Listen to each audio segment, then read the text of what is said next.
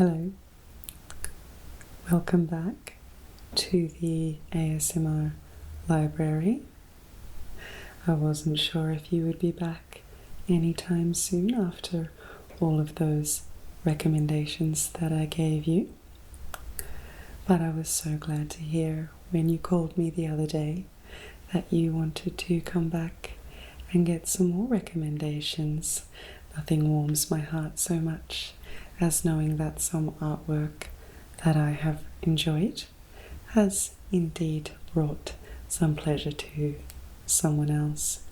So, based on that conversation, I have taken the liberty of choosing a small handful of other books for you, but I have departed a little from our theme last time. Of course, we were looking at fantasy and stories that are not so much grounded in reality. We looked at a little history, a little future, speculative fiction, sci-fi, high romance. This time, I have a more eclectic group of books to recommend. All I can say about these is that I have simply ordered them chronologically so as to make some logic of the order in which I'm going to present them to you. Of course, with your permission, and if you have time, I would really like to run through them with you today. Is that something you'd be interested in? Great. I'm so glad. I was very excited to do that for you, so I'm not really sure what I would be doing with myself now if you said no. So how about we look at the first book? So this is The Mists of Avalon by Marion Zimmer Bradley. This was published in 1982. And the interesting thing about Marion Zimmer Bradley's work is that it is completely preoccupied with the Arthurian sagas, the Arthurian myth, and Camelot, and Guinevere, and Lancelot, and Morgan Le Fay, and Merlin the Wizard, and all that sort of thing. So Marion Zimmer Bradley was quite obsessed with this kind of saga as a child. She read and heard many tellings of those myths, and when she grew up, she decided to write a version of the Arthurian myth which looks at it from a slightly different perspective than those which she had been used to. So this is a series of books. It's pretty much an epic saga in itself, so she certainly has written something to rival the original sagas. But what she has done differently is she has become very curious about the secret private lives of all the women who are noted in the Arthurian myths. So of course King Arthur is married to Guinevere, and then Merlin's sort of colleague in the magical business is Morgan Le Fay, also known just as Morgan. And there are other female characters who we just really never find out very much about, and we don't understand their lives, and we don't know what it was like back on home soil when Arthur and his knights were all going out and fighting great important battles. We don't know the machinations of all of the women back home in the castles and in Avalon, where this story is set. So it's a very arresting, very effective telling of this story because of its originality and because of its shifted perspective. It focuses chiefly on the point of view of Morgan, often painted as the antagonist in the Arthurian sagas and is painted as a very one-dimensional character who makes many attempts to thwart the Knights of the Round Table. But it's through this story that we see that her struggle is a very complex one and very personal, but also very political. And her main concern, of course, is that her faith, her pagan, traditional, sort of magical faith based in Avalon, but also working throughout Britain, is being threatened by the encroaching force of Christianity. And you have lots of tension here because of the ways that the characters are intertwined. So Morgan is actually a half-sister to King Arthur, which I believe is a fairly well-known thing. She is secretly in love with Lancelot, who is secretly in love with Guinevere, who is secretly in love with him. However, Guinevere is married to King Arthur, and Lancelot, of course, is one of his knights and one of his most loyal supporters. So that's a mess.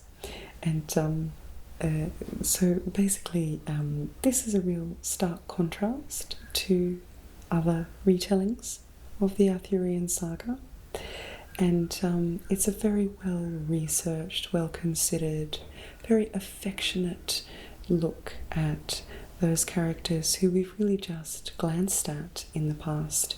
There are generations of women in this matriarchal pagan culture, and there's a conflict there against, say, someone like Guinevere, who is a very devout Christian and cannot brook the presence of any kind of pagan faith at her court.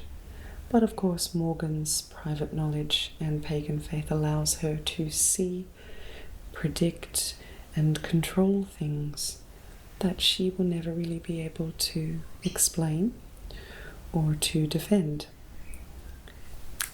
The next book I have for you is another quite chunky one.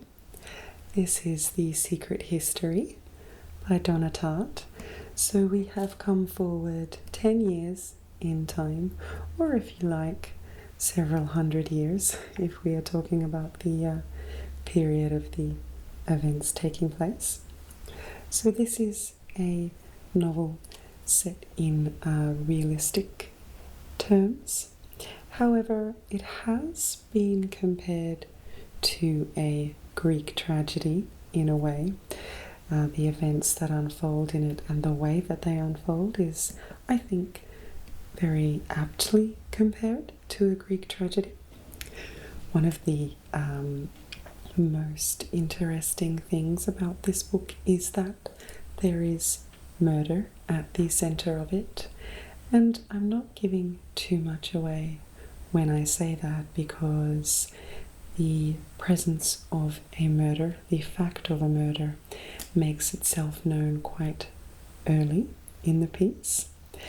So we also know who committed the murder quite early, but what we don't know is the circumstances surrounding that, and we don't know why this happened. So it's set in an elite college in Vermont, in an elite group of classics students. They're a hand-picked little coterie, and they're quite cold and distant towards the outside world, very artistically minded and high-minded, I would say, and quite strange. And the book is narrated by an outsider. His name is Richard Papin, and he's from a poor background, so he's actually only at this college on a scholarship. And he becomes quite obsessed with this group of students, watching them from the outside and being quite manifestly in love with, or should we perhaps say in lust with, one of its members. And he manages to somehow ingratiate his way in. But that's where things really start to go pear-shaped, because he begins to understand that they are a somewhat sinister group of people, or at the very least have a very sinister secret.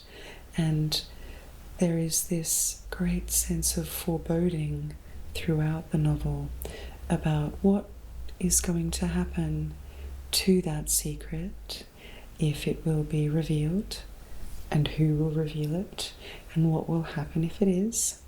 What happens after it is quite shocking, and it unfolds quite dramatically, and as I said, very much in the manner of a Greek tragedy. This is an extraordinarily well-written book.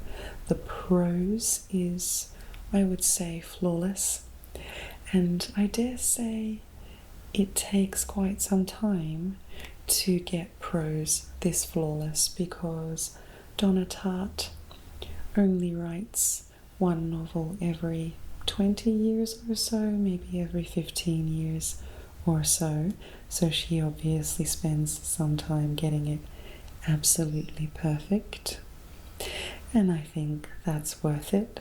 It is a very long book, so it's not as though she spends 15 years writing a book that you can devour in one day, but you will want to devour it.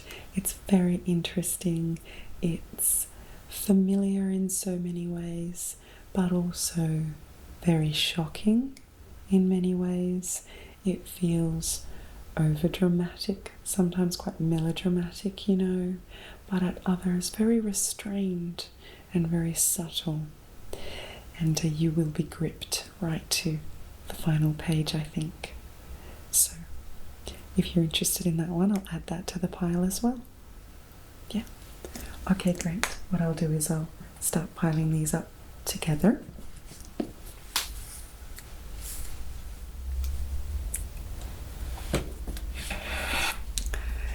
Now here's another one from a collegiate atmosphere.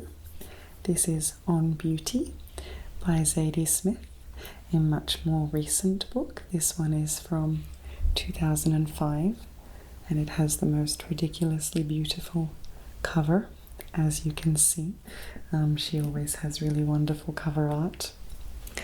This is a hyper-real sort of story, I think.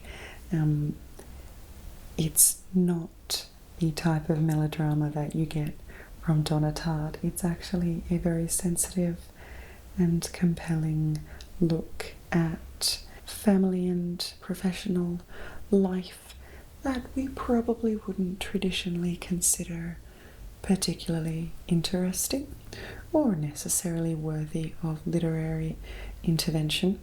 However, Zadie Smith has a talent for rendering real lives into something really compelling and really sympathetic. So it centers around two families.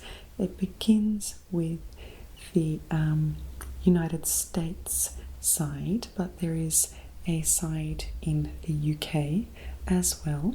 But the first family is a mixed race British and American or African American family living in a fictional university town, I believe meant to be just outside of Boston. So I think we are meant to understand the tone of this university to be a lot like Harvard. Now, the patriarch of the family is a professor, and his children, he has 3 children who are all very precocious, and they are quite a liberal family. And they used to have a close relationship with a very conservative family now living over in the UK, but there has been a sort of personal and professional rift between the two patriarchs, and they no longer speak. However, their children sort of, by some, machinations of their own, managed to become infiltrated in one another's lives, and then they eventually end up living in the same town. The second family are conservative and quite Christian in their values, and they are, quite at odds with the values of their friends. Now, this is not the only tension in the novel. There are, of course, ethno-cultural issues, issues of race, issues of class, because these are both quite wealthy families, but who, I suppose, are somewhat guilty about the fact that they are quite well off when many other people are not, and especially for the African American children, there is some level of feeling a sense of personal responsibility for other African American kids their age who are not so well off. And then there are some sort of misguided attempts at redressing that imbalance, but in a somewhat disingenuous way or with questionable motives. There is also some infidelity, family infighting. It's gently funny, also apt to make you come out of it feeling like, well, every family has its problems, as does every social and economical class, I suppose. This is a really wonderful book, and if you're interested, I will add it to the pile as well. Okay, great. Good to see you're having a lot of enthusiasm for my selections today. Okay, so I'm going to add that one. You already have your membership here at the ASMR Library. I dearly hope that you enjoy these books, and I very much would welcome your feedback on how the experience went, which ones you liked, which ones you didn't like, if that is the case, and why. So I will very much be looking forward to your call and to seeing you again. But until then, happy reading. Bye.